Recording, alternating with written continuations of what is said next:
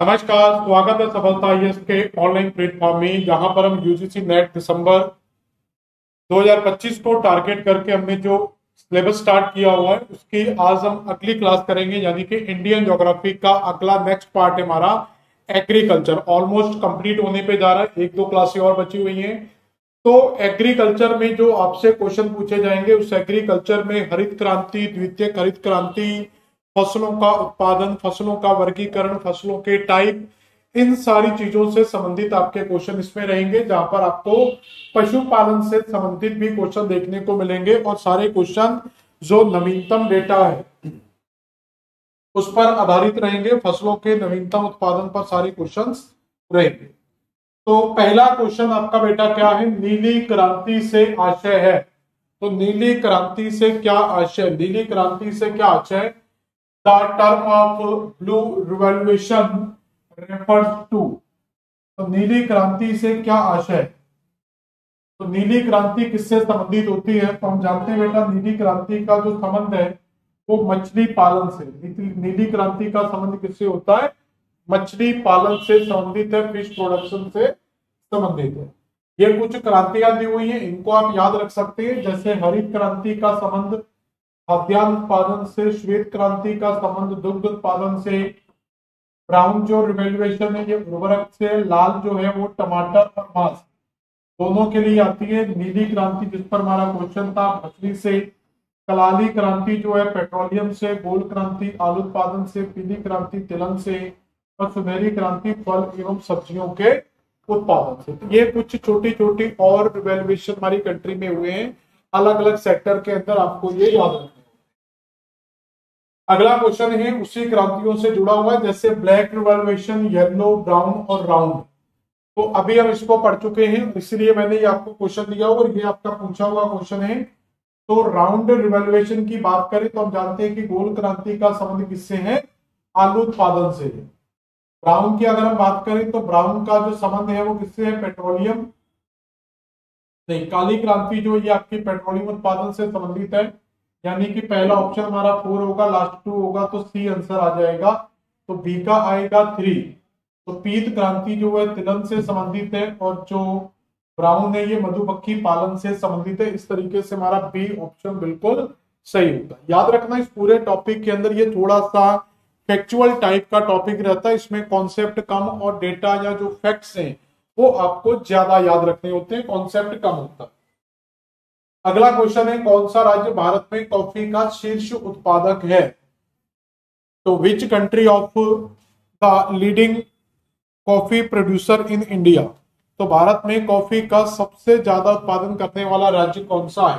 तो जब हम टी प्रोडक्शन की बात करते हैं तो चाय में तो आप असम वगैरह का नाम ले सकते हैं, लेकिन यहाँ पर बेटा कॉफी प्रोडक्शन की हो रही है, तो कॉफी प्रोडक्शन में नाम आता है कर्नाटक। तो कॉफी प्रोडक्शन के अंदर बेटा नाम किसका आएगा? कर्नाटक। तो कॉफी उत्पादन में जो महत्वपूर्ण राज्य आता है वो कौन सा है? तो ये दो राज्य याद रखना, चाय उत्पादन में असम और कॉफी उत्पादन में कर्नाटक। तो इंडिया कॉफी मार्केट की अगर हम बात करेंगे तो इंडिया में दो तरीके की कॉफी आपको देखने को मिलती है। एक को कहते हैं रोबोस्टा और दूसरा कहते हैं अरेबिका।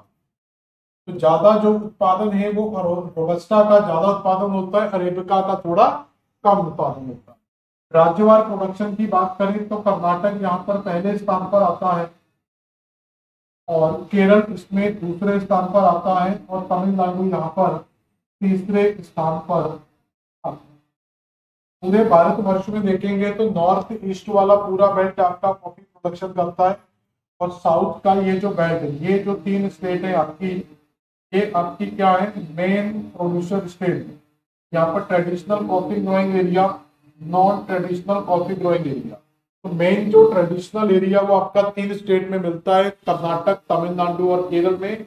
बाकी अन्य राज्यों में भी, जैसे आप आंध्र प्रदेश, तेलंगाना, उड़ीसा में जाएंगे और नॉर्थ ईस्ट की स्टेट्स में जाएंगे, तो यहाँ पर भी हमें कॉफी का प्रोडक्शन देखने को मिल जाता है। लेकिन सबसे ज्यादा प्रोडक्शन में 3 राज्य याद रखेंगे, कर्नाटक, केरल और तमिलनाडु। झूम क्या है? व्हाट इज झूम? ये झूम वाला झूमने वाला झूम नहीं है, इस झूम को कहा जाता है शिफ्टिंग एग्रीकल्चर। तो ये एक तरीके का क्या होता है, तो ये झूम जो रहता है आपका यहाँ पर बेटा क्या होता है, ये एक शिफ्टिंग शिफ्टिंग एग्रीकल्चर का पार्ट होता है। ये क्या एक शिफ्टिंग एग्रीकल्चर होता है। ये एक लोक नृत्य नहीं है, एक घाटी नहीं है, एक जनजाति नहीं है, बल्कि क्या मेथड्स ऑफ कल्टीवेशन है। तो झूम क्या, जिसको एक तरीके से शिफ्टिंग एग्रीकल्चर में हम काउंट करते हैं। तो शिफ्टिंग एग्रीकल्चर का ही एक मेथड है बेटा यहाँ पर, जिसको क्या कहा जाता है, झूम के नाम से जाना जाता है। तो शिफ्टिंग एग्रीकल्चर का ये एक मेथड है जिसको झूम के नाम से जाना जाता है। और ये झूम जो है याद रखना, ज्यादातर नॉर्थ ईस्ट में, ज्यादातर नॉर्थ ईस्ट स्टेट के अंदर इस शिफ्टिंग एग्रीकल्चर को क्या कहा जाता है, झूम कहा जाता है। इस शिफ्टिंग एग्रीकल्चर को बर्निंग एंड स्लैश भी कहा जाता है। इसको बर्निंग एंड स्लैश एग्रीकल्चर के नाम से भी जाना जाता है। तो शिफ्टिंग एग्रीकल्चर को जलाओ और खेती करो, इस तरीके का एक हिंदी टर्म मिलता है। अंग्रेजी में बर्निंग एंड स्लैश एग्रीकल्चर कहा। तो इस तरीके से ये कुछ टर्म है जो पूरे, ये क्लास 9th एनसीईआरटी से लिया हुआ है मैंने। ये आप क्लास 9th एनसीईआरटी में जाएंगे तो वहां पर ये पूरे का पूरा एक टॉपिक है, वहां से मैंने ये डेटा लिया हुआ है, आप जाकर चेक कर सकते हैं। तो झूम जो शब्द है याद रखना, तो ये झूम शब्द किसके लिए यूज किया जाता है, तो ये खास तौर पर नॉर्थ ईस्ट स्टेट में असम, मेघालय, मिजोरम और नागालैंड में यूज किया जाता है। इसी शिफ्टिंग एग्रीकल्चर को मणिपुर के अंदर पामलो के नाम से जाना जाता है। छत्तीसगढ़ का बस्तर और अंडमान निकोबार द्वीप समूह में इसको दीपा के नाम से जाना जाता है। मध्य प्रदेश में इसको बेवर या धैया के नाम से जाना जाता है। आंध्र प्रदेश में पोंडुसा पेंडा के नाम से जाना जाता है। ये लोकल नाम आपसे पूछे जाते हैं। उड़ीसा के अंदर इसको पावा डामी या कॉमन या भिंगरा के नाम से जानते हैं। पश्चिमी घाट में कुमारू और वार्ले या वाल्ट्रे दक्षिण पूर्वी राजस्थान में, हिमाचल में खिल और झारखंड में कुरवा के नाम से जाना जाता है। ये हर अलग अलग राज्य में इसको अलग अलग नामों से जाना जाता है। स्क्रीनशॉट ले लेना, आप इसको याद कर। हरित क्रांति शब्दावली का सर्वप्रथम प्रयोग किसने दिया था, तो याद रखना हरित क्रांति के जो जनक हैं, जिन्होंने हरित क्रांति को शुरू किया था, तो हरित क्रांति के जनक दो लोगों को माना जाता है। तो विश्व स्तर पर और भारतीय स्तर पर। तो विश्व और भारत स्तर पर जब हम जाते हैं तो विश्व स्तर पर इसके जो जनक है वो नॉर्मन बोरलॉग को माना जाता है। भारत में एमएस स्वामीनाथन को माना जाता है। तो यहाँ पर आपका नॉर्मन बोरलॉग ऑप्शन में दिया हुआ, तो हम आंसर क्या लगा सकते हैं, तो बी बॉम्बे हम आंसर लगा सकते हैं। लेकिन लगा नहीं सकते क्योंकि उन्होंने क्वेश्चन ये नहीं पूछा है कि हरित क्रांति की शुरुआत किसने की। तो वो क्वेश्चन आ रहा है कि जो ग्रीन रेवोल्यूशन टर्म है वो किसने यूज किया था। तो ये टर्म जो है ये विलियम गॉड के द्वारा यूज किया गया। क्लियर हुआ। तो ग्रीन रेवोल्यूशन जो टर्म है ये विलियम गॉड के द्वारा शुरू किया गया था, और इस क्रांति की जो शुरुआत है वो विश्व में नॉर्मन बोरलॉग के द्वारा की गई थी, और भारत में इसके जनक एमएस स्वामीनाथन को माना। तो हरित क्रांति का अभिप्राय खाद्यान्नों में उन्नत बीजों का विकास करके अधिकतम प्रोडक्शन प्राप्त करना। तो हरित क्रांति का मेन टारगेट क्या था कि ज्यादा से ज्यादा हाई जो यील्ड वैरायटीज बीज है उनका यूज किया जाए और ज्यादा से ज्यादा प्रोडक्शन को बढ़ाया जाए। संयुक्त राज्य अमेरिका के रहने वाले हैं डॉक्टर विलियम गॉड ने सर्वप्रथम हरित क्रांति शब्द का प्रयोग किया था। हरित क्रांति का जो जनक है वो नॉर्मन अर्नेस्ट बोरलॉग को माना जाता है, जो मैक्सिको में उनका रहने वाले, ये भी अमेरिका में के थे लेकिन इनका जो वर्क प्लेस था वो मैक्सिको था। ठीक है ना। और भारत में हरित क्रांति के जो जनक है वो एमएस स्वामीनाथन को। ये सारा डाटा आपका डाल दिया है। विश्व में हरित क्रांति के प्रारंभ का श्रेय, अब यहाँ पर पूछा जा रहा है ग्रीन का जो इनिशिएटिव है वो किसने दी थी। अब हमारा आंसर क्या आएगा, नॉर्मन बोरलॉग आएगा, विलियम गॉड नहीं आएगा। तो ये विलियम गॉड नॉर्मन बोरलॉग को लगाते समय याद रखना कि अगर हरित क्रांति शब्द के बारे में बात हो रही है तो विलियम गॉड ने दिया था, और हरित क्रांति की जो शुरुआत है वो नॉर्मन बोरलॉग ने की। भारत में सबसे बड़ा कपास उत्पादक राज्य कौन सा है, तो cotton producing state in India में नाम आता है गुजरात का। तो सबसे ज्यादा जो कपास का प्रोडक्शन करने वाला राज्य वो कौन सा है, गुजरात राज्य। ठीक है। तो यहाँ पर कॉटन प्रोडक्शन की अगर हम बात करेंगे तो ये आपका पूरे का पूरा 3 जोन में डिवाइड किया जाता है।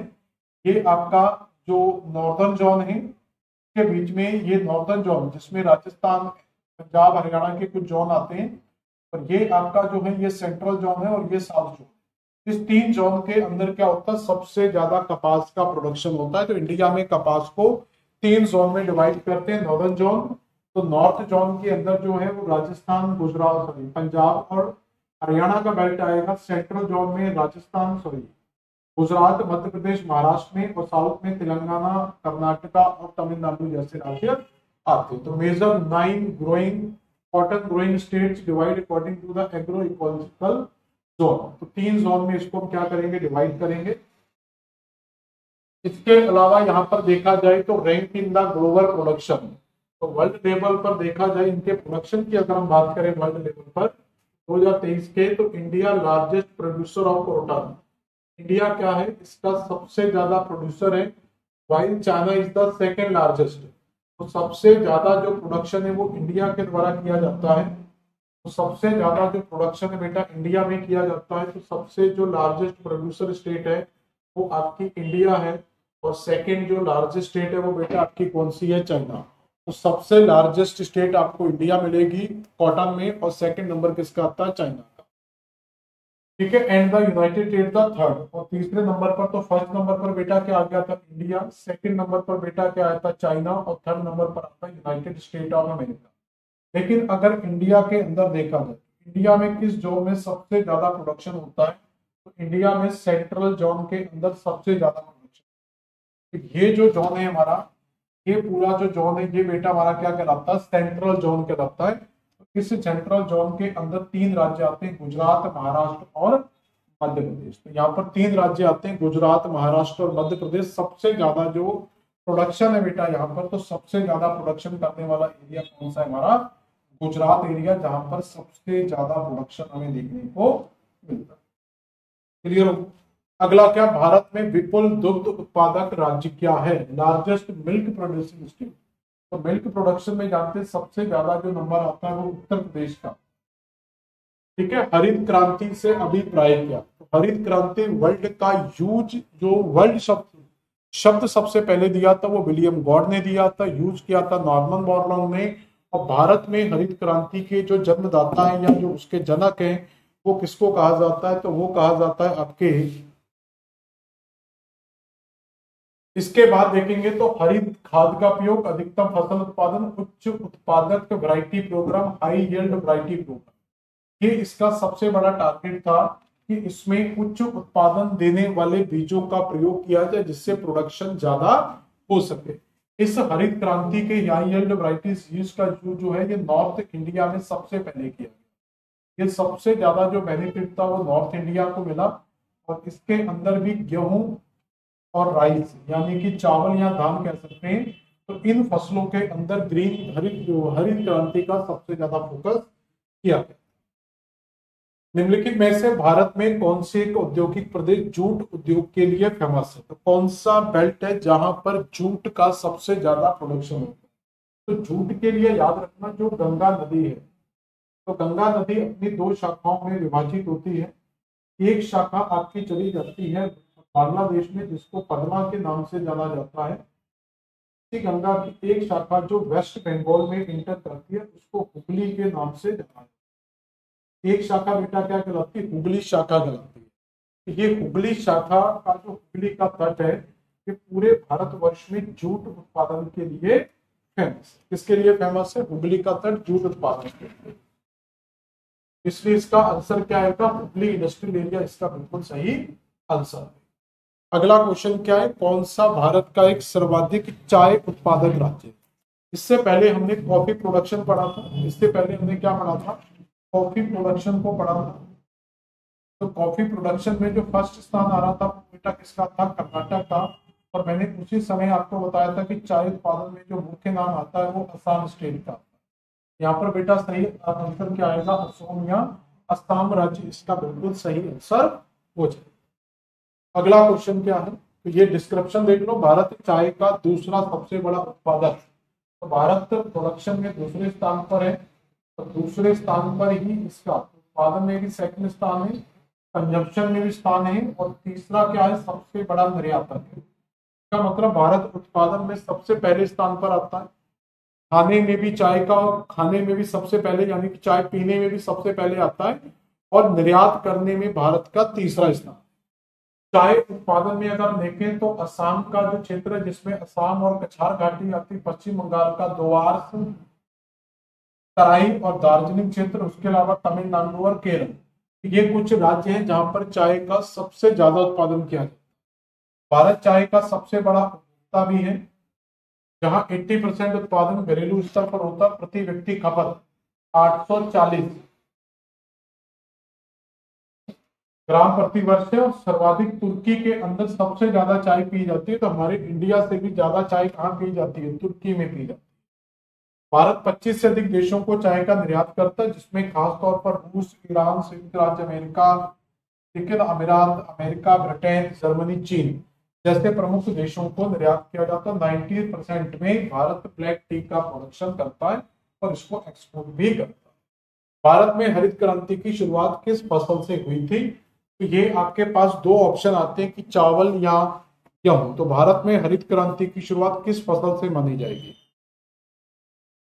तो चावल से या गेहूं से? तो दो फसलें। तो फसल की जब शुरुआत होती है, जब भी कोई सीजन शुरू होता है, तो पहले वो रबी से स्टार्ट होता है।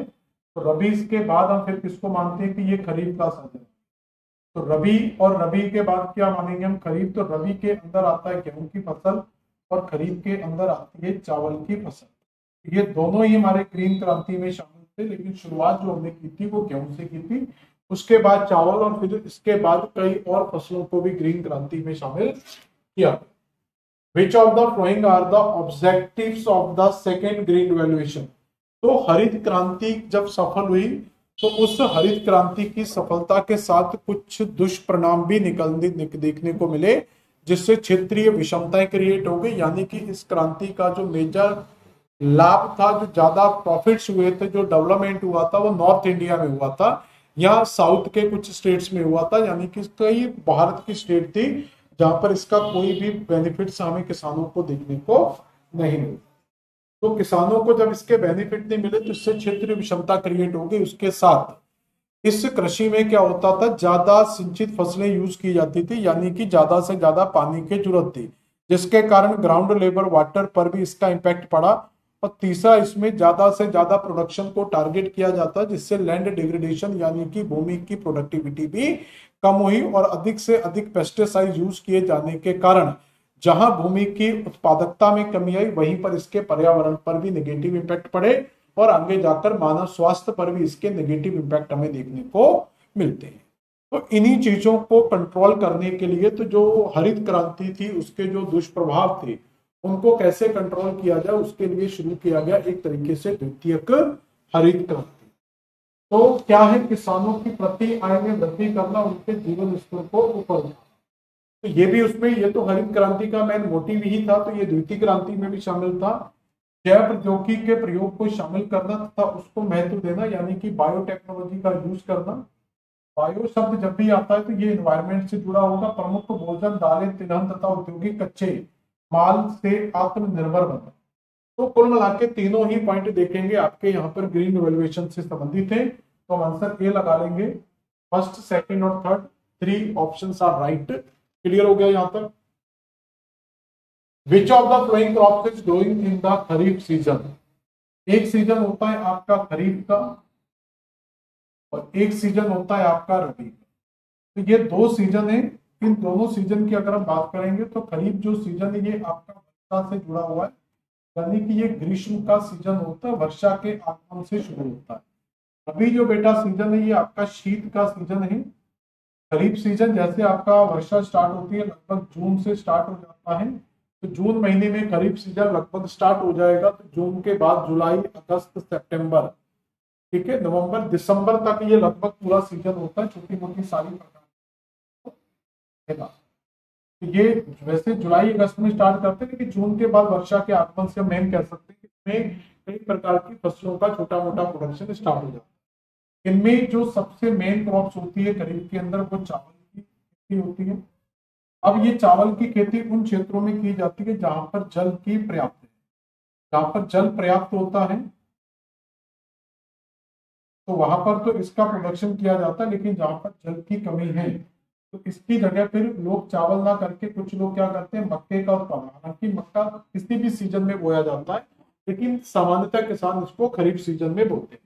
तो कुछ लोग मक्का कर लेते हैं, मक्का की जगह कुछ लोग सोयाबीन करते हैं, सोयाबीन की जगह कुछ लोग बाजरा वगैरह, जो ज्वार वगैरह आता है, ठीक है ना, इन फसलों का, ज्वार बाजरा इन फसलों का उत्पादन।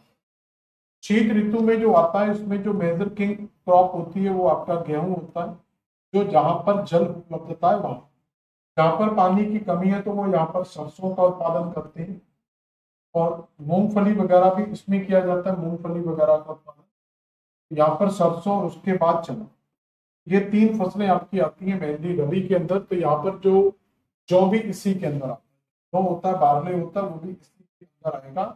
तो यहाँ पर लिखा हुआ है खरीफ की फसल कौन सी है, तो गेहूं, जौ और चना, ये तीनों रबी की फसलें हैं। मक्का आपकी यहाँ पर क्या हो जाएगी, तो मक्का को आप खरीफ सीजन में लिख सकते हैं। वैसे मक्का कई स्टेट में रबी सीजन में भी बोया जाता है, लेकिन ओवरऑल अगर हम बात करेंगे तो ये डी आंसर बिल्कुल सही हो जाएगा।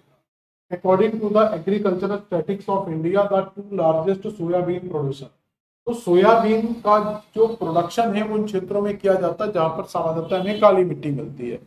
तो इसके अगर स्टेट देखेंगे तो मध्य प्रदेश का नाम महत्वपूर्ण रूप से इसमें आएगा। तो मध्य प्रदेश के साथ महाराष्ट्र का बॉर्डर दिया हुआ है तो हम इसमें सी लगा सकते हैं। तो मध्य प्रदेश का मालवा क्षेत्र और महाराष्ट्र का डेक्कन क्षेत्र इसके प्रोडक्शन के लिए फेमस हो सकता है। तो हमारा सही आंसर क्या आ जाएगा, मक्का और सॉरी मध्य प्रदेश और महाराष्ट्र। ठीक है, तो सोयाबीन भारत की कौन सी फसल है, खरीफ फसल है, जिसको ग्लाइसिन मैक्स दुनिया की सबसे महत्वपूर्ण बीज फली है, जो विश्व में खाद्य तेल का 25% योगदान देती है। इसका प्रयोग पशु आहार में भी किया जाता है। और मध्य प्रदेश, महाराष्ट्र, राजस्थान, छत्तीसगढ़, आंध्र प्रदेश, कर्नाटक, ये इसके प्रमुख उत्पादक राज्य, जिसमें मध्य प्रदेश और महाराष्ट्र का प्रमुख रूप से नाम है। अगला है कौन सा सम्मिलित नहीं है, तंबाकू, रागी। तो रबड़ उत्पादन में आप जानते हैं साउथ में केरल का नाम आता है, तंबाकू उत्पादन में महाराष्ट्र का नाम आता है, कॉफी में हम कर्नाटक ऑलरेडी पढ़ चुके हैं, पर सी आंसर आ जाएगा। तो रागी उत्पादन में तो गोवा जैसी स्टेट के अंदर रागी का उत्पादन होना, तो ये वैसे भी पॉसिबल सा नहीं लगता, इम्पॉसिबल टाइप का लगता, तो सी आंसर आ जाएगा। तो रागी उत्पादन में राजस्थान का नाम आता है। भारत में हरित क्रांति के बारे में कौन सा कथन सही नहीं है, which of the following statement about the green revolution in India is not correct. High variety जो यील्ड है उनका प्रयोग किया जाना, यानी कि उच्च किस्म के बीजों का बीज करना, यह सही था। प्रादेशिक असमानताएं कम हुई, खाद्यान्न उत्पादन में बढ़ोतरी हुई, सिंचाई सुविधाओं का विस्तार हुआ, ये इंक्रीज होगा, ये क्या होगा आपका इंक्रीज होगा। तो यहाँ पर प्रादेशिक असमानताएं कम नहीं हुई, बल्कि प्रादेशिक असमानताएं यहाँ पर क्या थी, और ज्यादा बढ़ चुकी थी। तो प्रादेशिक असमानताएं कम होने की जगह क्या है, ज्यादा बढ़ चुकी। Which of the following tribes practice shifting cultivation?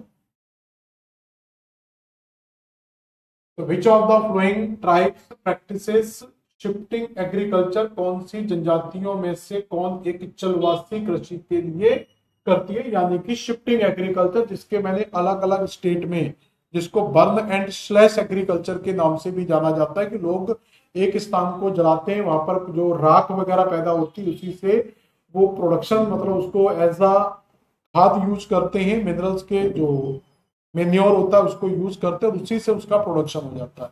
फिर जब उसकी प्रोडक्टिविटी कम हो जाती है, वो दूसरी जगह जंगलों को काटते हैं, जलाते हैं, और उसी राख में फिर क्या करते हैं, वो बीज उत्पादन कर लेते हैं। तो ये एक जनजातीय क्षेत्रों में हो सकता है। तो ये भारत के जो भील हैं वो सबसे ज्यादा शिफ्टिंग एग्रीकल्चर करते हैं, जिसमें हमने एक जोबिंग एग्रीकल्चर भी पढ़ा था। तो ये अगला लिखे, भारत में लाख का प्रमुख उत्पादन कहां पर होता है। लाख आप जानते हैं कि ये एक कीट के द्वारा तैयार होता है, लाख, जो आपका चूड़ी बनाने में और कलर वलर करने में भी यूज किया जाता है। तो चूड़ी बनाने में, कलर वगैरह करने में इसका लाख का यूज करते हैं, और इसका जो मेन एरिया है वो आपका क्या कहलाता है, झारखंड। तो लाख का जो मेन उत्पादन होता है वो कहां पर होता है, झारखंड स्टेट के अंदर। ये कुछ कल्चर्स के यानी कि कृषियों के कुछ प्रकार दिए हुए हैं, इनको आप यहाँ पर देख सकते हैं कि कौन कौन से आपके यहाँ पर टाइप्स मिलते हैं, जैसे एपीकल्चर, ओलेरीकल्चर, पोमोलॉजी, विटीकल्चर। तो ये कुछ कृषि पद्धति के टाइप्स होते हैं, इसमें आप आंसर लगा सकते हैं कि क्या आएगा। जैसे विटीकल्चर की अगर हम बात करेंगे तो विटीकल्चर किसके लिए फेमस होता है, ये अंगूर की लताओं के लिए यानी कि क्रैपविंग के लिए जो है अंगूर की खेती के लिए यूज किया जाता है विटीकल्चर, यानी कि डी का 2 आएगा।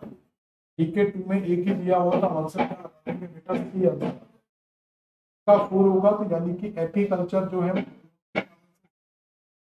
डी का 3 आ जाएगा, यानी कि ऑरेंज जो करते हैं आपका वेजिटेबल्स वगैरह के लिए फेमस है। फल,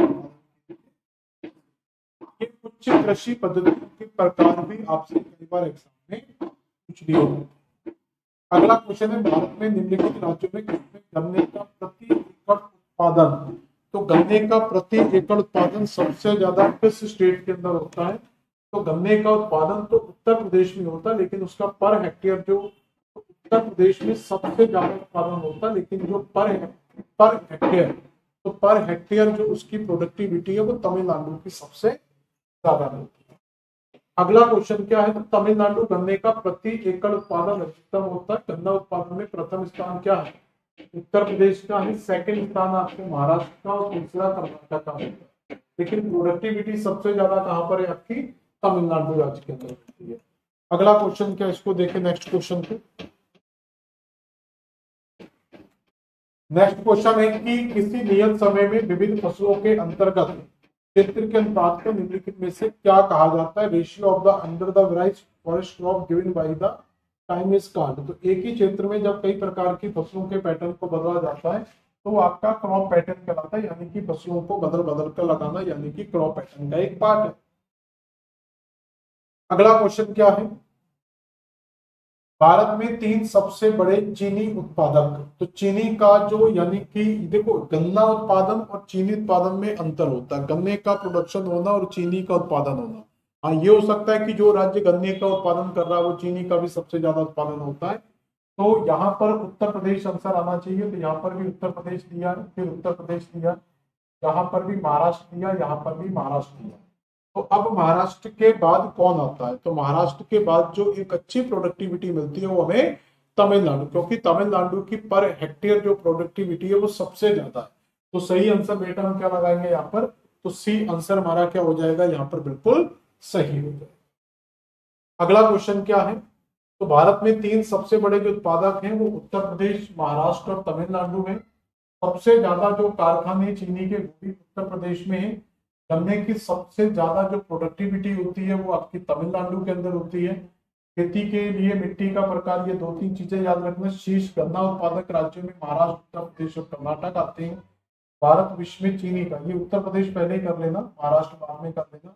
भारत में चीनी का शीर्ष उत्पादक उपयोग, दूसरा भारत का सबसे बड़ा निर्यात। दून घाटी चावल उत्पादन में सक्षम है। दून घाटी के बारे में आपने पढ़ा होगा, दून और द्वार जो उत्तराखंड में हिमालयी श्रेणियों में पाई जाने वाली कुछ घाटियां हैं। तो यहाँ पर चावल की खेती क्यों ज्यादा होती है, वहां अन्य फसलों को उगाया नहीं जा सकता। ये कोई रीजन थोड़ी हुआ कि अन्य फसलों को उगाया नहीं जा रहा, इस कारण से यहाँ पर चावल का उत्पादन सबसे ज्यादा होता है, ये मेन कारण नहीं है। घाटी के लोग चावल खाना पसंद करते हैं, तो ये भी एक अच्छा ऑप्शन नहीं है। वहां चावल के भारी निर्यात की मांग है, ये भी ऑप्शन नहीं है, तो ये डी सही है, क्योंकि वहां गर्मियों गर्म होती है, सिंचाई के लिए बर्फ का पिघला हुआ पानी मिल जाता है, और यहाँ पर जो सिंचाई होती है जो ज्यादातर वो गर्मी के सीजन में करते हैं। तो चावल की खेती के लिए पानी की भी यहाँ पर क्या है, काफी ज्यादा उपलब्धता हमें देखने को मिलती है। कृषि का गहन प्रकार उन देशों में पाया जाता है, तो जो इंटेंस एग्रीकल्चर होती है वो उन क्षेत्रों में पाई जाती है जहां पर जमीन कम हो और जनसंख्या क्या हो, वहां पर ज्यादा हो। तो जब प्रेशर यहाँ पर बढ़ता है सोर्स के ऊपर, तो जब प्रोडक्शन कम हो जाए, यानी कि सोर्स कम हो जमीन के और पॉपुलेशन ज्यादा हो, तो वहां टारगेट किया जाता है कि उस जमीन से ज्यादा प्रोडक्शन निकाला जाए।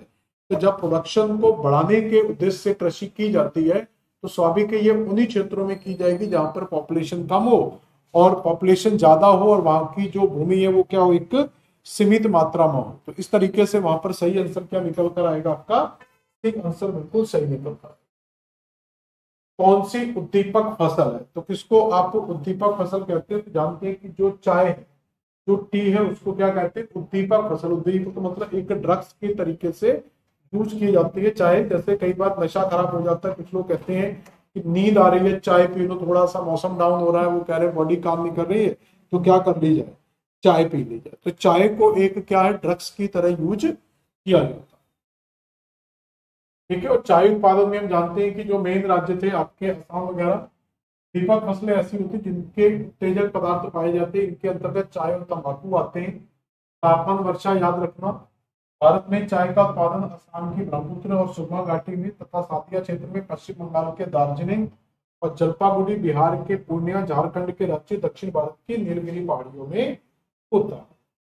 भारत में और चाय में याद रखना कि चाय में हमेशा चाय के पत्तों का यूज किया जाता है, कॉफी के अंदर चाय कॉफी के बीजों का यूज किया जाता है।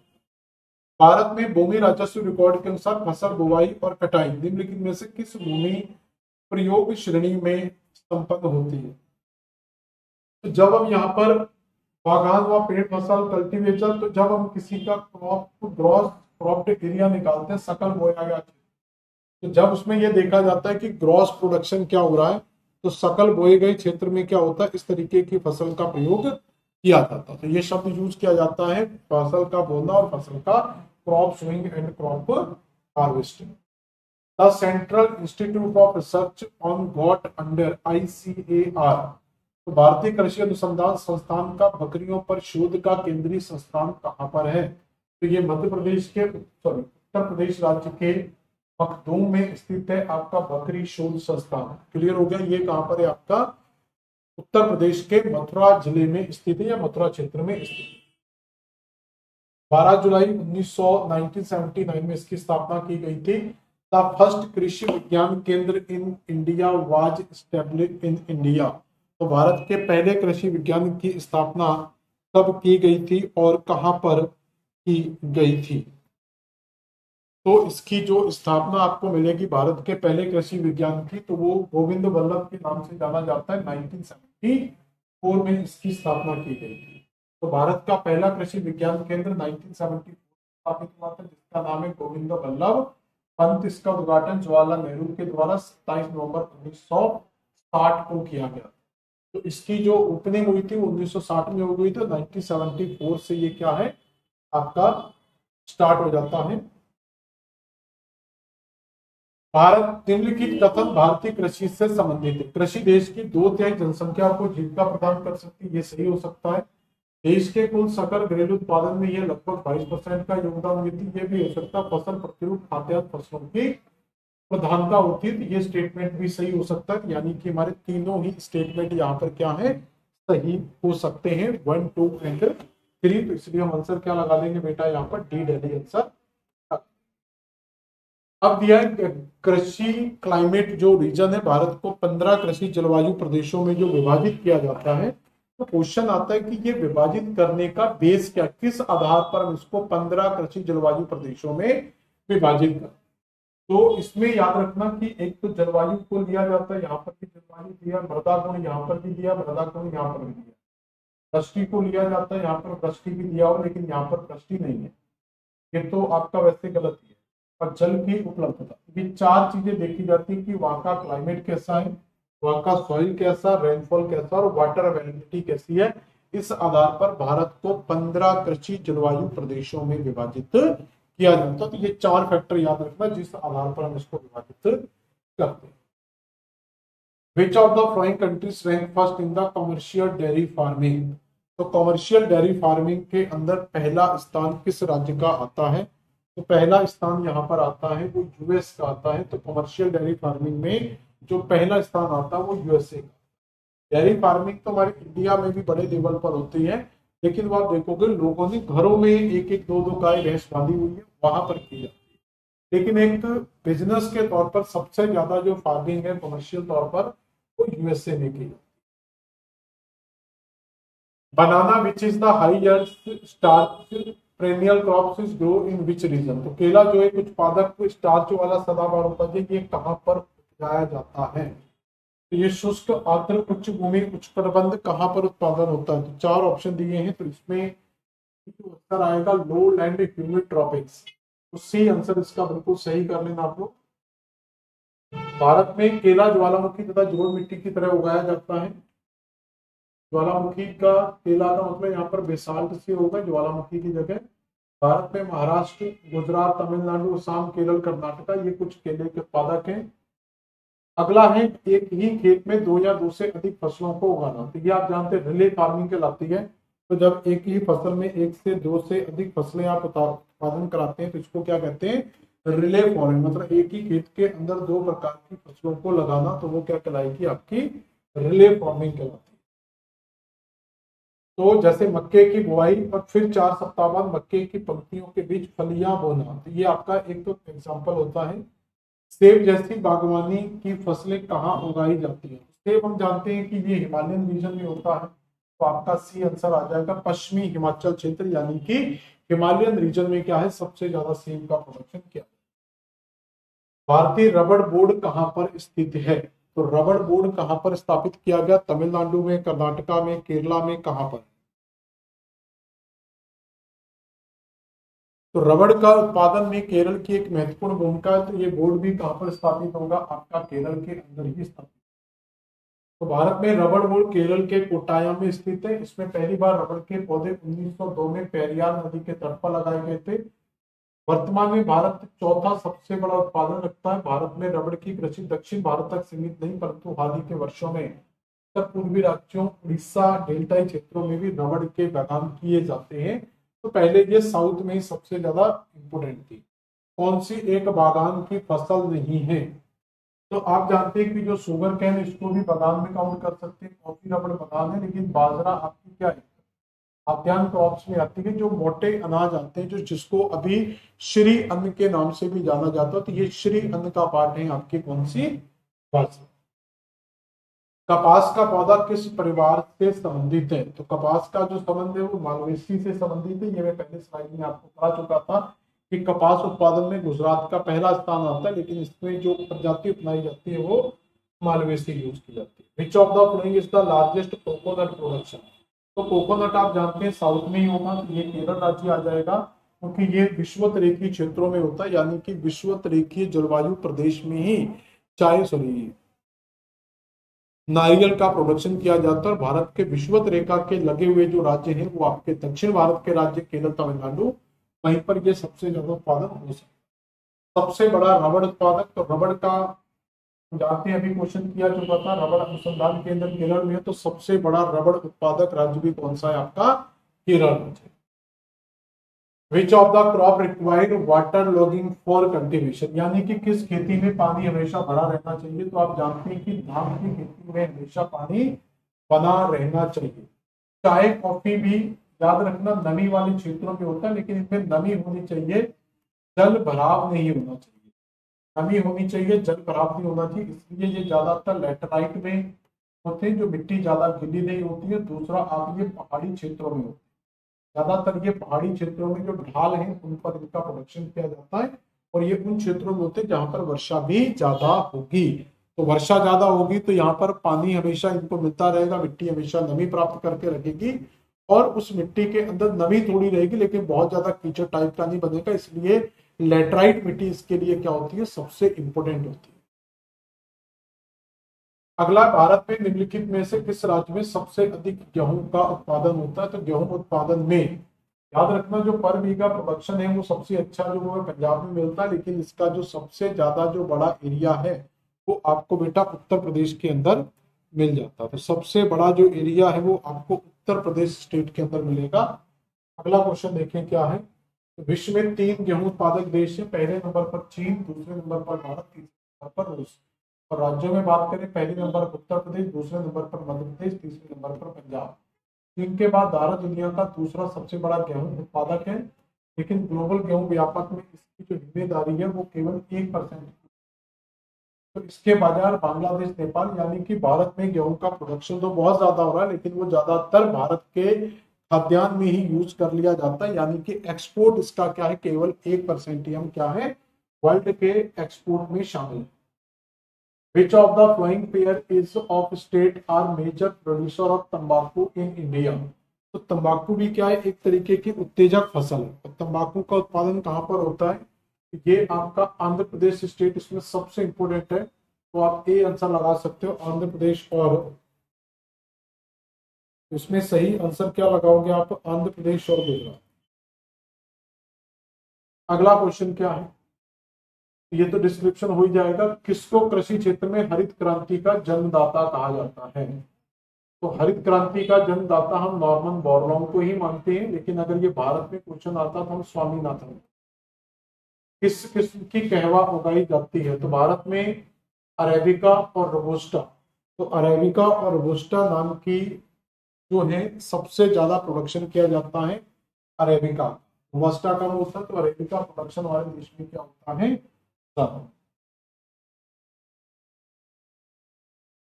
तो देखना एक बार अरेबिका रोबस्टा, मैंने एक स्लाइड आपको कराई थी, उसके अंदर हमने स्टार्टिंग में देखा था, एक बार देखिए उसमें क्या।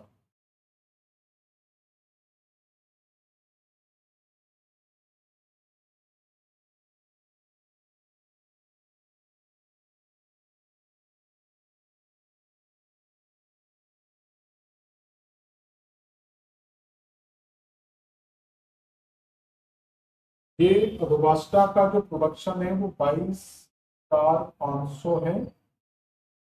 ये आपका 90,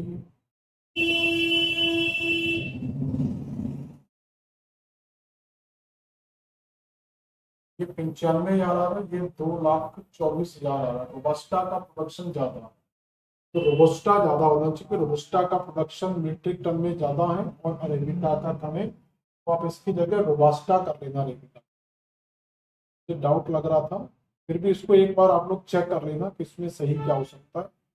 इस स्लाइड के हिसाब से तो रोबास्टा।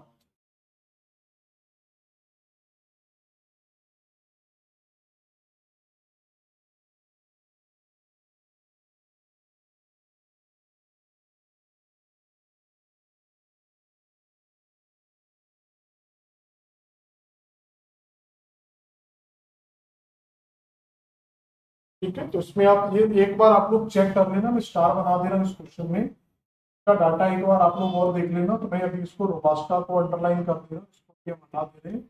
एक बार इसको चेक कर लेना कि अरेबिका का प्रोडक्शन ज्यादा आ रहा है या रोबास्टा का। एक बार आप गूगल या और भी कोई हेल्प मिल सके तो आप इसको चेक करके लिखना। मैंने स्टार बना दिया इसको। गन्ना उत्पादन में ब्राजील और भारत और चीन का स्थान है। तो गन्ना उत्पादन में सबसे ज्यादा पहला स्थान किसका है, भारत का स्थान कौन सा है और चीन का स्थान कौन सा है। तो ब्राजील पहले स्थान पर आएगा, भारत दूसरे स्थान पर, चीन तीसरे स्थान पर है। तो पहला ही आंसर आएगा, पहला दूसरा और तीसरा। भारत में हरित क्रांति उत्पादकता बढ़ाने में सफल हुई है। तो गेहूं और चावल में हम जानते हैं कि सबसे ज्यादा जो प्रोडक्शन बढ़ा है वो किसमें बढ़ा, गेहूं और चावल में बढ़ा। निम्नलिखित देशों में से किसमें कृषि योग्य भूमि सर्वाधिक है। Which of the following countries has the largest arable of land area. कृषि योग्य भूमि किस देश में सबसे ज्यादा आपको मिलती है, तो सबसे ज्यादा जो कृषि योग्य भूमि है वो आपको भारत के अंदर। भारत में दालों का सबसे महत्वपूर्ण उत्पादक कौन है, तो ये हम जानते हैं कि मध्य प्रदेश भारत में दालों का महत्वपूर्ण उत्पादक है। सिंपल सिंपल क्वेश्चन है, निम्नलिखित राज्यों में वर्तमान में कौन सा राज्य कपास से सूत बनाने में अग्रणी है। तो कपास उत्पादन में हमने देखा था कि गुजरात की एक महत्वपूर्ण भूमिका मिलती है, लेकिन यहाँ पर कपास से सूत बनाने की बात की जा रही है। तो कपास से सूत बनाने में जो महत्वपूर्ण कारखाने आते हैं वो महाराष्ट्र के आते हैं। इसका सही आंसर क्या हो जाएगा बेटा, महाराष्ट्र। विच of the following statement is not correct. Maharashtra में कपास की खेती कृषि विस्तृत है, कौन सा सही नहीं है। मक्का मध्य प्रदेश की प्रमुख कृषि उत्पादक है, आम उत्तर प्रदेश में अग्रणी है। तो ये सही है, मक्का मध्य प्रदेश में महत्वपूर्ण एक फसल नहीं है। तो मध्य प्रदेश की जो महत्वपूर्ण फसलें आती हैं उसमें सोयाबीन का नाम आता है, उसमें आपका गेहूं का नाम आता है। तो इन फसलों में मध्य प्रदेश की मेन पहचान है, मक्का उत्पादन में नहीं है। इसका सही आंसर क्या कर लेंगे आप, सी लगा लेंगे।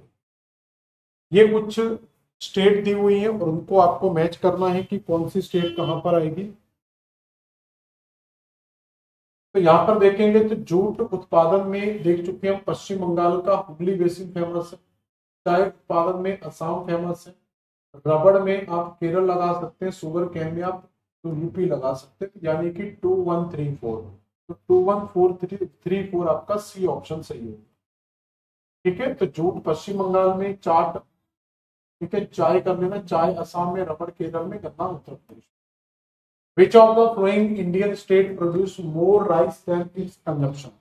तो कौन सी स्टेट है जो अपने कंजप्शन से ज्यादा यानी उपभोग से ज्यादा उत्पादन करे। इसका सिंपल तरीका क्या है कि पश्चिम बंगाल भी चावल उत्पादन में महत्वपूर्ण है, तमिलनाडु में महत्वपूर्ण है, पंजाब में महत्वपूर्ण है, असम, सभी जगह चावल ज्यादा होता है। लेकिन ये आप देखेंगे तो यहाँ पर चावल एक मुख्य खाद्यान्न फसल के रूप में यूज की जाती है, तो चावल का प्रयोग यहाँ पर खाद्यान्न में सबसे ज्यादा किया जाता है। साउथ में भी आप जानते हैं चावल, नॉर्थ ईस्ट में भी चावल। पंजाब में अगर आप जाओगे तो पंजाब क्या है, पंजाब का जो मुख्य खाद्य है, पंजाब का जो प्रमुख खाद्य होता है वो आपका रोटी होता है। चावल यहाँ पर ऑप्शनल में लिया जाता है, कभी मन किया तो बना लिया, नहीं तो नहीं बनाएंगे, लेकिन रोटी तो सुबह शाम बनेगी, चाहे वो मक्के की रोटी हो या आपकी गेहूं की रोटी हो। तो पूरे नॉर्थ इंडिया में ले लो तो पूरे नॉर्थ इंडिया में चावल कम खाया जाता है और रोटी ज्यादा खाई जाती है। और साउथ और नॉर्थ ईस्ट में जाओगे तो वहां पर चावल ज्यादा खाया जाता है, रोटी कम खाई जाती है, इसलिए पंजाब सही आंसर हो जाएगा। तो पंजाब में चावल की खपत कम है लेकिन चावल का प्रोडक्शन सबसे ज्यादा होता है। Uttar Pradesh rank first in India in. तो उत्तर प्रदेश का एक तो आप जानते हैं कि गन्ना उत्पादन में पहला स्थान है, दूसरा गेहूं उत्पादन में महत्वपूर्ण स्थान आता है, तो हम भी आंसर लगा सकते हैं। Domesticated animals contributed most supplements of human power. तो जो घरेलू पशु हैं उनको जब हम एग्रीकल्चर में यूज करते हैं, जैसे लोग बैल का प्रयोग करते थे गेहूं में जो फसल उत्पादन के अंदर, तो वहां पर जो है वो ऐसी जो सब्सिस्टेंस जो फार्मिंग है यानी कि निर्वाह कृषि, निर्वाह कृषि मतलब जो छोटे किसान है जो कम फसल उत्पादन करते, केवल जीवन यापन के लिए फसल उगाते, मतलब उनको कोई एक्सपोर्ट वगैरह नहीं करना, उनको इतना करना है कि उनके पूरे साल के खाने का अनाज उत्पादन हो जाए और जो उन्होंने कर्ज वर्ज ले रखा है फसल उत्पादन के लिए वो थोड़ा बहुत उतर जाए, थोड़ी बहुत उनकी साल खांड की इनकम हो जाए। तो ये निर्वाह कृषि का एक साधन होता है जहां पर पशुओं के माध्यम से कृषि की जाती है। The largest producer of soybean. तो ये आप जानते हैं कि सोयाबीन का सबसे ज्यादा उत्पादन मध्य प्रदेश कहते हैं। मध्य प्रदेश को सोया स्टेट के नाम से भी जाना जाता है, सोया प्रदेश कहा जाता है। Mixed farming is related to. तो मिक्स्ड फार्मिंग मतलब होता है जहां पर आप कृषि के साथ साथ पशुपालन भी कर रहे हैं, मतलब आप कृषि भी करते हैं साथ में आपके पशु का पालन भी हो रहा है। जैसे आप कई स्टेट देखेंगे जहां पर कृषि के अंदर ही क्या किया जाता है, पशुओं का पालन किया जाता है। जैसे सिंगापुर के अंदर एक एग्जांपल मिलता है जहां पर वो खेतों के अंदर ही क्या करते हैं, धान के खेत के अंदर ही मछली पालन कर देते हैं। कुछ खेतों के अंदर अलग अलग तरीके होते हैं जहां पर ये पशुपालन, अमेरिका में एक सुअर पालन का मिलता है, पिग फार्मिंग मिलता है। तो इस तरीके के एक ही फार्म पर फसल उत्पादन एवं फसल पशुपालन, मतलब एक ही फार्म हाउस है उसी में आप फसल का भी उत्पादन कर रहे हैं, वहां पर आपका पशुपालन। हरित क्रांति को नहर सिंचाई क्षेत्र में उल्लेखनीय सफलता मिली है, तो ये बिल्कुल सही स्टेटमेंट है। तो नहर का जाल सबसे ज्यादा हमें उत्तर भारत के अंदर सामान्यतः मिलता, तो इसलिए उत्तर भारत में ही क्या की गई, हरित क्रांति की शुरुआत की गई थी, क्योंकि नहर का जो पानी है, दूसरा दिया है क्योंकि नहर सिंचाई सबसे सच्चा एवं सुरक्षित स्रोत है। तो नहर से सिंचाई करना क्या होता, सस्ता पड़ता, आपको ट्यूबवेल नहीं चलाना, काम जल्दी निपट जाएगा, बड़े व्यापक पैमाने पर होगा। इसका मतलब ए हो जाएगा आंसर, ए आर दोनों सही है और आर ए की सही व्याख्या भी करता है। In which of the following state is the largest area under the maize cultivation in India. तो मक्का उत्पादन में सबसे बड़ा राज्य कौन सा आता है। तो मक्का उत्पादन राज्य की बात करेंगे तो बिहार, मध्य प्रदेश, यूपी तो आएंगे नहीं, यूपी में तो गेहूं, मध्य प्रदेश में गेहूं सोयाबीन, बिहार में राइस वगैरह होता है, राजस्थान ज्वार बाजरा मक्का, इन प्रकार की जो ड्राई क्रॉप्स हैं या जो मोटे अनाज है उनमें इस फसल का सबसे पहले स्थान आता है। भारत में सर्वाधिक चाय उत्पादन प्रदेश समूह है। तो अभी हम पढ़ चुके थे कि चाय का सबसे ज्यादा जो उत्पादन है वो असम में होता है, उसके अलावा ये तमिलनाडु वेस्ट बंगाल में होता है। तो यहाँ पर सबसे ज्यादा ही पूछ रहा है तो सिर्फ ग्रुप की बात कर रहा है। जैसे उत्तर प्रदेश में तो चाय का उत्पादन होता नहीं है, उत्तर प्रदेश को हटा देंगे। अब अच्छा आपके पास ये दो ऑप्शन तो हट गया, अब बचा महाराष्ट्र, कर्नाटक, केरल, तमिलनाडु, असम और केरल। तो असम तो हमें रखना ही पड़ेगा, तो सी आंसर। तो असम, तमिलनाडु, पश्चिम बंगाल। असम पहले नंबर पर आ जाता है वैसे, लेकिन सिर्फ ग्रुप पूछा गया, क्रम नहीं पूछा गया आपसे। विच of the following statement is correct. तो सुरमा घाटी में चाय की व्यापक कृषि होती है, तो ये असम में सुरमा जो वैली है वहां पर होता है, सही है। दंडकारण्य में कहवा की व्यापक कृषि होती है, तो यानी कि ऐसा नहीं होगा। साउथ में कॉफी का ज्यादा प्रोडक्शन नहीं होता। गंगा के मैदानों में तंबाकू होता है, तंबाकू आंध्र प्रदेश में सबसे ज्यादा होता है। पश्चिम बंगाल में तंबाकू होता नहीं होता। इसमें केवल ए आंसर सही है, बाकी के सारे स्टेटमेंट आपके क्या है यहाँ पर गलत साबित है।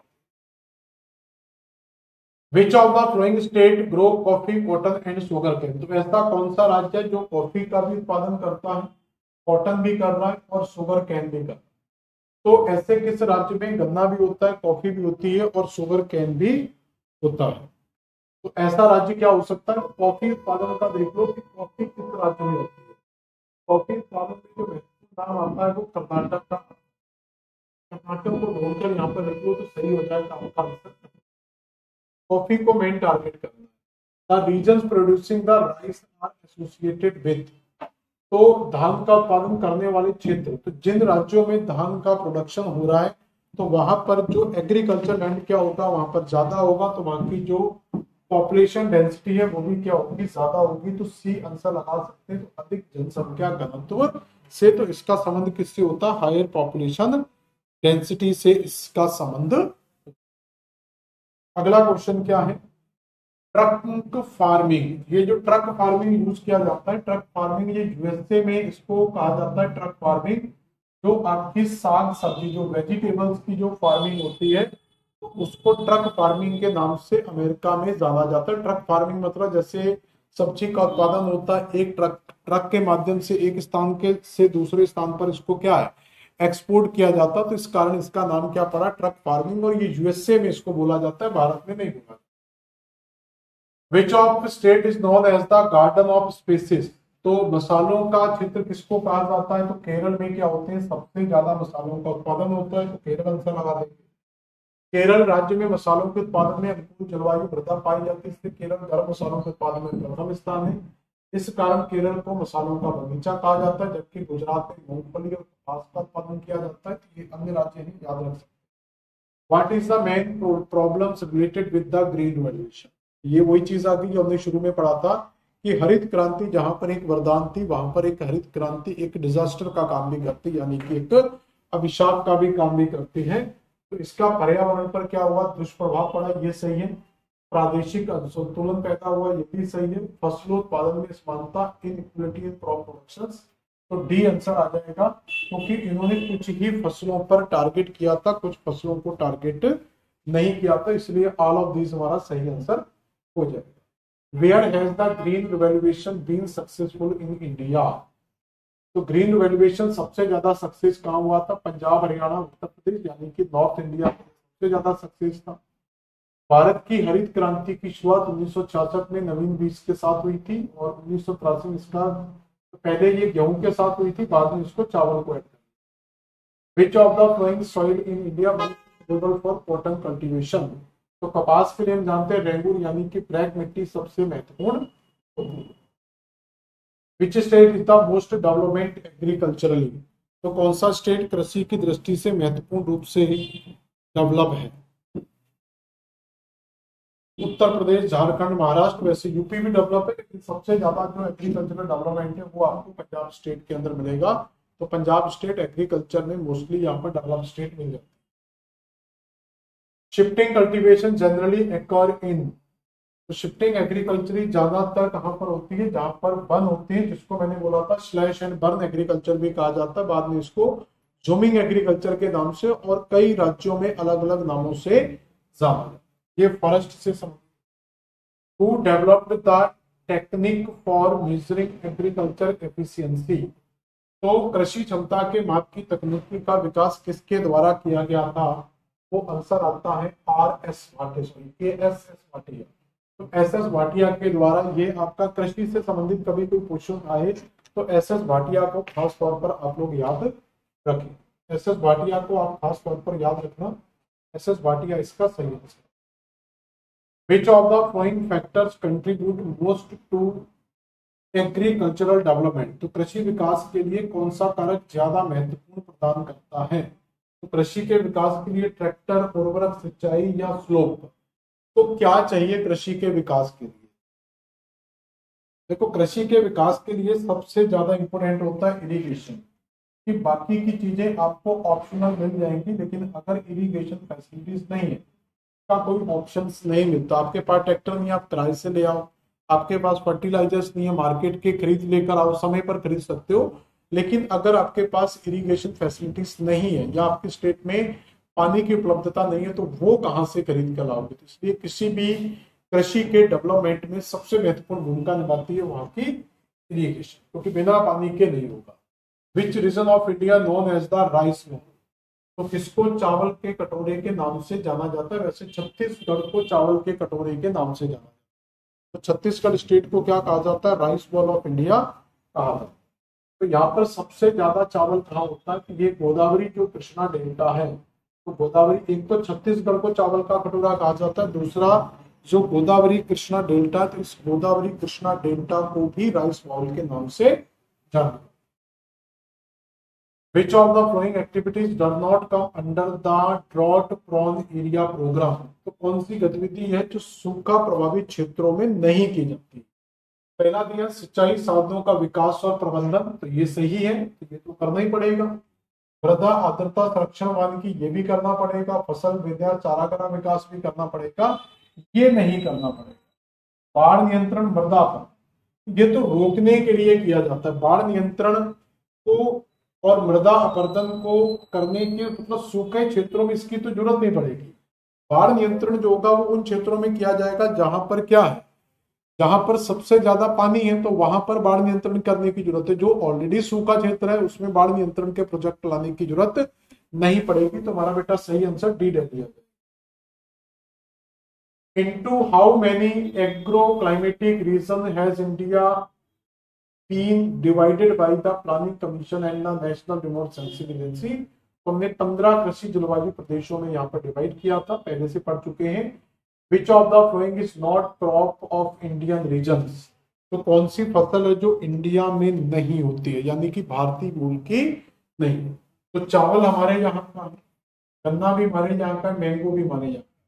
मेज का जो प्रोडक्शन है ये मैक्सिको से आया था। भारत में मैक्सिको से क्या किया गया था? हमने मैक्सिको से हमने क्या किया था? मेज के बीजों को इंपोर्ट किया था। तो ये मैक्सिको आएगा आंसर इसका, मक्का। तो मक्का भारतीय मूल की फसल नहीं है, ये कहां से आई है? मैक्सिको से आई।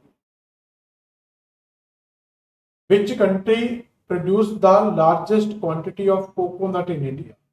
तो नारियल उत्पादन में किस देश की महत्वपूर्ण भूमिका आती है? तो मैं बता चुका था कि नारियल का जो उत्पादन है क्षेत्रों में सबसे, तो फिलीपींस, मेडागास्कर विषुवत रेखा पर नहीं, इंडिया में नहीं है, लेकिन इंडोनेशिया पूरी तरीके से वहां पर स्थित है। तो इंडोनेशिया पूरी तरीके से विषुवत रेखा पर स्थित है, तो इसका सही आंसर क्या आ जाएगा? इंडोनेशिया आ जाएगा। तो विषुवत रेखी क्षेत्रों में सबसे ज्यादा नारियल का प्रोडक्शन किया। For which crop is the rating process used? तो किसमें रेटिंग अपनाई जाती है? तो रेटिंग करने की जो जरूरत पड़ती है वो चाय कॉफी जैसी फसलों में पड़ती है। तो वहां पर रेटिंग की जो जरूरत पड़ती है वो किसमें पड़ती है? चाय कॉफी, जहां पर छटनी, कराटिंग, ग्रेडिंग वगैरह, रेटिंग वगैरह के यूज किया जाता है, तो वो चाय। अगला क्वेश्चन है, India is the largest producer in the world. तो भारत किसका सर्वाधिक बड़ा उत्पादक है? कहवा, अब्रक, जल विद्युत, कौन जानते हैं? गन्ना उत्पादन इसमें आंसर लगा सकते हैं, तो बी बॉम्बे इसका आंसर हो सकता है। ठीक है, तो शुगर कैन आप आंसर कर सकते हो, तो गन्ना उत्पादन इसका एक महत्वपूर्ण स्थान है। एक क्वेश्चन और है, उत्तर भारत के मैदान में वर्षा की मात्रा पूर्व से पश्चिम की ओर घटती जाती है। तो पूर्व से पश्चिम की ओर घटती हुई जाती है, तो इसको आप अगर आप समझेंगे तो समझ में आ जाएगा, नहीं समझेंगे तो नहीं आएगा। तो अगर नॉर्थ ईस्ट में देखा जाए भारत में, तो यहाँ पर भारत में जो वर्षा होती है वो साउथ वेस्ट मानसून से होती है। ये दो शाखाओं में डिवाइड होता है, एक आपकी बंगाल की खाड़ी की शाखा होती है, एक अरब सागर की शाखा होती है। जो अरब सागर की शाखा है वो पश्चिमी घाट से होते हुए इस तरीके से इन क्षेत्रों में प्रवेश करती है, पश्चिमी घाट की शाखा। पूर्वी घाट की जो शाखा है इस तरीके से पूर्वी तटों में प्रवेश करती है। कुछ शाखा आपकी इस तरफ नॉर्थ ईस्ट में जाती है और फिर हिमालय के समांतर इस तरीके से बढ़ती है। तो यानी कि ये शाखा जो यूपी वाला बेल्ट है वो यहीं पर मिलेगा आपको, यूपी का बेल्ट। तो यूपी वाले बेल्ट में अगर आप पूरब से जा रहे हैं पश्चिम की ओर, पूरब से अगर आप पश्चिम जा रहे हैं तो पूरब में वर्षा ज्यादा होगी, पश्चिम में कम होगी, यानी कि पूरब से पश्चिम की ओर जाने पर वर्षा की मात्रा में कमी आती है। उत्तर प्रदेश गेहूं का बड़ा उत्पादक है, तो ये भी ठीक है। तो कथन तो दोनों सही लग रहे हैं, लेकिन कथन कारण जो है वो एक दूसरे के साथ संबंधित नहीं है। तो ये आंसर आपका हो जाएगा 80। और एक दो क्वेश्चन और है, which of the following crops is not include in India national food security. तो भारत के खाद्यान्न में किसको यूज नहीं किया जाता? गेहूं, चावल, दाल को यूज किया जाता है, लेकिन ऑयल सीड्स को यहाँ पर यूज नहीं किया जाता। तो तिलहन का यहाँ पर प्रयोग नहीं किया जाता भारत के खाद्यान्न फसल। विच of the following state produce the most silk in India. तो भारत में सिल्क का सबसे ज्यादा उत्पादन किस स्टेट के अंदर होता है? तो वो स्टेट आएगी आपकी बेटा Karnataka state. Which of the following crop pair is most suitable for the lower Ganga plain. तो लोअर गंगा प्लेन का मतलब यहाँ पर क्या है कि गंगा प्लेन को हम 3 भागों में डिवाइड करते हैं। तो गंगा प्लेन आपका 3 पार्ट में डिवाइड, तो गंगा प्लेन को हम मेनली 3 पार्ट में डिवाइड करते हैं। इसको कहा जाता है अपर गंगा प्लेन, इसको कहते हैं मिडिल गंगा प्लेन, इसको कहा जाता है लोअर गंगा प्लेन। इस स्टेट के अंदर आपका पूरे का पूरा यूपी का बेल्ट आता है, ठीक है, कुछ इसमें बिहार का बेल्ट आता है, इसमें पूरा बिहार आता है और इसके अंदर पूरा वेस्ट बंगाल आता है। तो इसी वेस्ट बंगाल के अंदर अगर आप देखेंगे तो जो वेस्ट बंगाल है, यहाँ पर आप हुगली बेसिन को जानते हैं कि ये जो हुगली बेसिन है वेस्ट बंगाल, ये हुगली बेसिन जो है ये जूट की खेती के लिए फेमस है। और वेस्ट बंगाल आपका चावल के लिए भी फेमस है, चावल में अच्छा उत्पादन क्षेत्र यहाँ पर मिल जाता है। तो यहाँ पर जो आंसर आएगा वो सी आ जाएगा। तो राइस एंड जूट प्रोडक्शन के लिए यानी कि वेस्ट बंगाल का lower Gangetic plain famous. Which of the following crops yield both oil and fibres in sufficient quantity. मतलब ऐसी कौन सी फसल है जिससे तेल और रेशम यानी कि रेशा दोनों प्राप्त होता है? तो किससे तेल और रेशा दोनों प्राप्त होता है? तो वो आपका है लिनसीड यानी कि अलसी। तो अलसी से तेल भी निकाला जाता है, अलसी से रेशे भी तैयार किए जाते हैं। विच of the following crops pair account for 75% of the Indian state total pulse production.